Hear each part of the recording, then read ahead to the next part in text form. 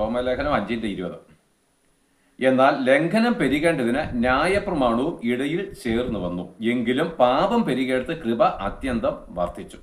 നോക്കിക്കുക, എങ്ങനെ മനുഷ്യന്റെ ലംഘനം പെരുകിയത്? എങ്ങനെ ലംഘനം പെരുകിയത്? നിയമം വന്നത് വഴി, ന്യായപ്രമാണം വന്നത് വഴി ലംഘനം ഉണ്ടായി. അപ്പൊ നിയമം എവിടെയുണ്ടോ അവിടെ ലംഘനം ഉണ്ടായി. ലംഘനം എന്താണ്?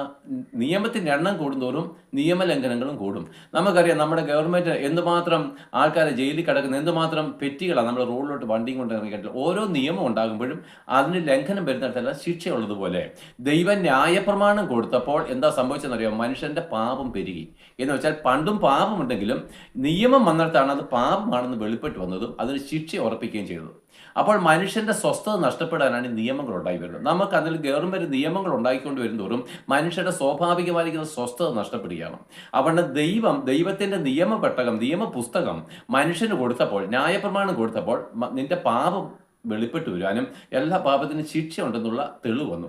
അപ്പോൾ എന്താണ് അതിന് അങ്ങനെ നമ്മുടെ മനുഷ്യരുടെ പാപം പെരുകപ്പെടുത്ത എന്ത്? പക്ഷേ ദൈവത്തിന്റെ സ്നേഹം എന്താണ്? ഇത് സത്യമാണ്, നിയമം സത്യമാണ്. അപ്പോഴെന്താണ്? പാപം പെരുകെടുത്ത് കൃപയും അത്യന്തമായിട്ട് പാപം പെരുകെടുത്ത് കൃപയെ അത്യന്തം വർദ്ധിച്ചു. അപ്പോൾ എന്താണ്? ഇങ്ങനെ ന്യായപ്രമാണം വന്ന് മനുഷ്യന്റെ ലംഘനങ്ങൾ പെരുകിയപ്പോൾ ദൈവം തന്റെ പുത്രനെ അയച്ചു കൊടുത്തു. കാരണം എന്താണ്? ആ ന്യായപ്രമാണത്തിന്റെ പുസ്തകങ്ങളിൽ നമ്മുടെ ലംഘനങ്ങൾ പെരുകി നമ്മളെല്ലാം ശിക്ഷാവിധിക്ക് യോഗ്യരായിട്ട് തീർന്നപ്പോൾ ദൈവം പറഞ്ഞു, അത് എൻ്റെ നിയമത്തിന് ഞാൻ മാറ്റം വരുത്തത്തില്ല. പക്ഷെ എന്താ? നിനക്ക് മനസ്സുണ്ടെങ്കിൽ, നിനക്ക് താഴ്മയുണ്ടെങ്കിൽ നിന്റെ പാപങ്ങളെല്ലാം ഞാൻ എൻ്റെ പുത്രന്റെ മേൽ കൊടുത്തിട്ടുണ്ട്, നീ ഒന്ന് അംഗീകരിച്ചാൽ മതി. നിന്റെ തെറ്റിന്റെ എല്ലാം, നീ തെറ്റുകാരനാണ്, ശിക്ഷാവിധിക്ക് യോഗ്യനാണ്, പക്ഷെ അതെല്ലാം ഞാൻ എൻ്റെ പുത്രനും കൊടുത്തു.